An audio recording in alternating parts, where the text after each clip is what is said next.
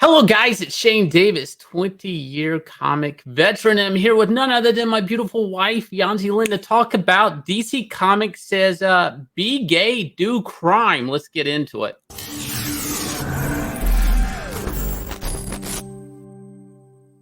DC Comics is launching a Pride Anthology for the month of June, the same way they launched an anthology for Asian American and Pacific Islander month back in May, which is going to be next month. And now we have them, some surprise reviews, some pages, some new characters to look at. The first one we all know about is Jess Chambers, the non-binary Flash. Here's a story here, I guess, of Day dressing up, trying to look different, I guess. But I'm not sure. I don't understand the whole idea of wearing a mask and testing out different outfits, though, because what are they going to do? Are they going to go fight crime in this outfit?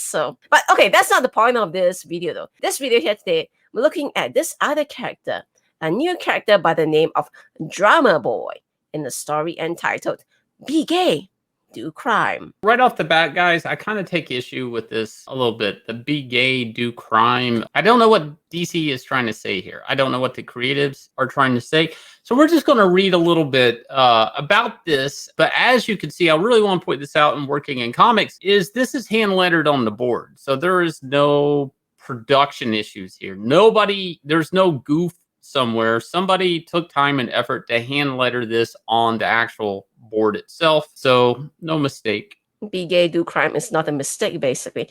But what does the gay here mean exactly? Is it gay for the Pride Month thing? Or what do you think? That's a good question. Or is it in a derogatory sense? Is it kind of a negative? It's like, I don't know. Does this mean the superhero that has to stop this villain, if he knocks him out, he says, stop being gay? I mean, is that where we're going with this? Oh, maybe there's a more innocuous explanation, like West Side Story. Pretty, witty, and gay. Gay means happy.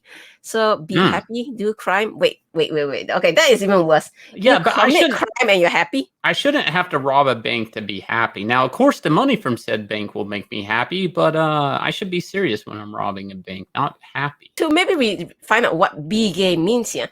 Let's try and read the character description. Drama Boy has been described by Sina Grace as, I really wanted to use a character like Pied Piper, who was once a bad guy, now a good guy, against Drama Boy, who is like Generation Z to a fault, and have them really get into what it means to be responsible for your community.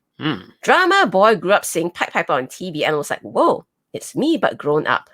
Then as he grows up and sees Pied Piper sort of evolving in a different direction than what he wanted, he's not too impressed.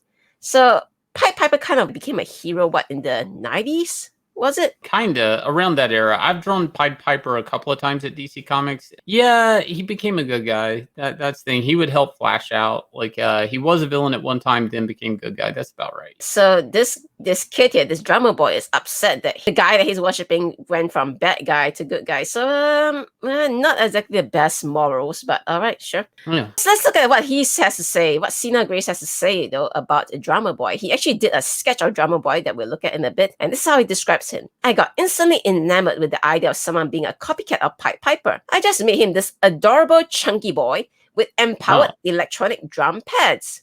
Wait. That was body shaming. I'm sorry. Coming as a man, I walk around 185. I used to be 290 pounds. I'm a little upset with the word chunky. Sorry there. But they say adorable chunky, so it's fine because he's adorable. Get it? Adorable and so chunky. There's no body shaming, I guess, because he's adorable, so it's not body shaming. All right. I better not see bitch tits. Let's go. Grace goes on to say, it came from a place of love and I showed my editor and she was super excited about it. I think we all just sort of followed that bliss of being excited to put a new character on the page and for this character to have real motivations that we can all relate to. I wonder what kind of motivation. Donuts aren't a motivation. I mean, I don't know. Well, let's figure it out. So this is Sina Grace's sketch of Drama Boy. Drama Boy's real name is Aaron Mack. He is 5'8" and he weighs 290-ish pounds. Oh, honey. 290 pounds for 5'8" is a lot.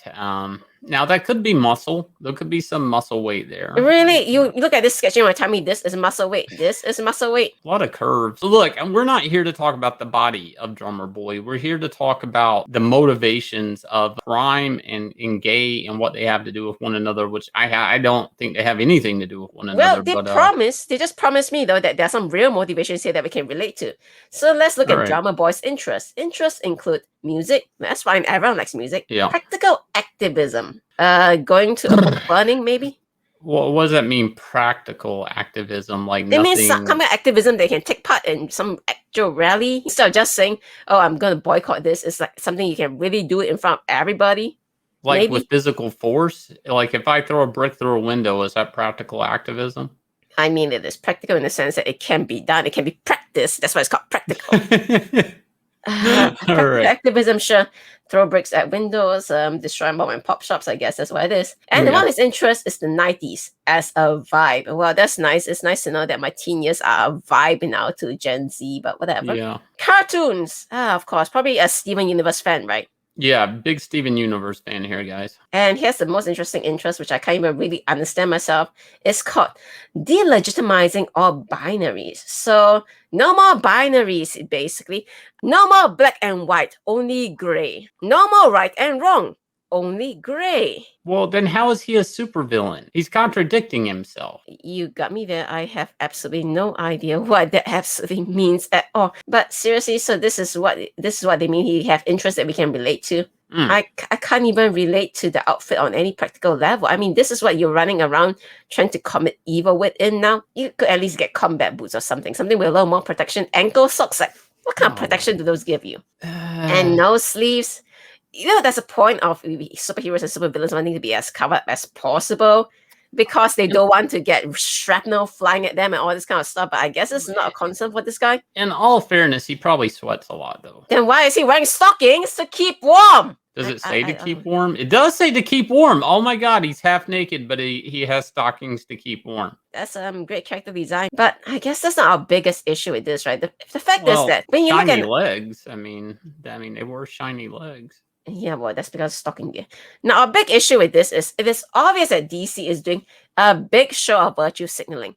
If you Google DC Pride Anthology, you will see that all the who's in the comic industry, CBR, comic book, blah, blah, blah, all these websites have all covered this anthology. Including this channel we're talking about right now. And we're the who's who of YouTube. Look down below. See that 9 lives button right there? You want to hit it, subscribe, get up to date on the news. Where else you going to hear about this at? Anyways, go ahead, Yanzi. But you see the big problem here, right? It says DC Pride hits shelves on June 8th. Now, typically, almost every article when they talk about comic book, right, they would say DC Pride hits shelf on June 8th at the price of blah, blah, blah. We actually had some trouble finding the price for this DC Pride Anthology. It's hidden. It is very hidden. And there's a reason. Why? Because when you're virtue signaling so goddamn loud like DC Comics right now, the last thing you want people to know is it's not free.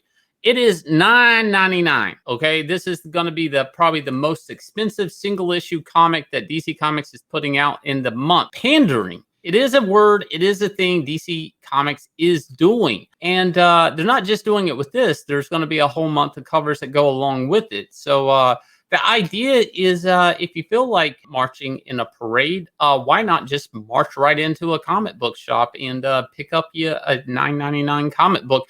Now, people are going to say, well, Shane, obviously it takes money to make these books. And who are you to say DC Comics shouldn't make money off a comic? I would like to point out HBO Max, they did a 3-issue comic that was absolutely free. 3 comic books that were free to sell and promote the streaming service. So if DC Comics was so virtuous to take every gay character they have, or that they want to remember anyways, in the DC universe and compile them together into this one-shot, hide the price, advertise the bejesus out of it, and then when you go to ask for it, they ring you up and they go $9.99 and you spit. You're like, what?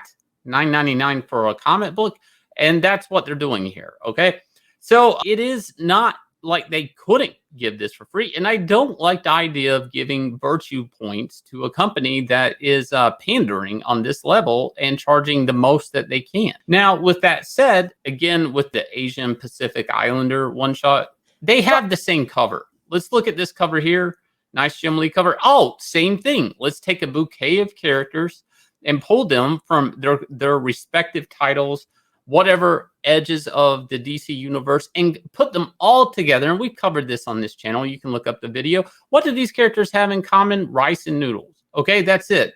Some are Korean, some are Japanese, some are Chinese. What's this got to do with one another? Not a lot. Not a Can lot. vouch. And Asians are connected by the similarity of the fact that they all love to eat rice, whether you're Indian or Thai or Chinese or Korean, we all love rice.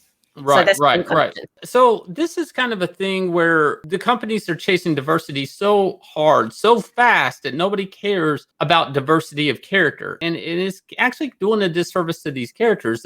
The company should be more interested in making a really, really awesome Batwoman comic that's on the shelf every month that people are talking about. Or, if we go back to the other cover in the Authority book, when the DC last cared about these characters, the stand-in for Superman and Batman as a gay couple, Apollo and Midnighter, Poison Ivy. How about The Question? When's the last time that Renee Montoya, anybody really put a lot of energy in her? Or Alan Scott Green Lantern, arguably a Green Lantern that could rock his own DC monthly comic. DC Comics, really not a lot of energy put into Alan Scott. So is this virtue signaling or pandering on a month?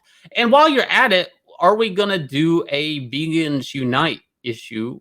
That they have a month, right? Vegans have a month. They have a National Vegan Day. Unfortunately, they're not as important yet to the company, so Yeah, maybe someday. all the vegans in the DC universe could team up to fight Swamp Thing. I'm looking forward to that, and I would maybe Actually, pay $9.99 for that. I have one problem that I want to mention though. So look at it. They have all these Pride Month variants here, right? Mhm. Lovely Pride Month variants.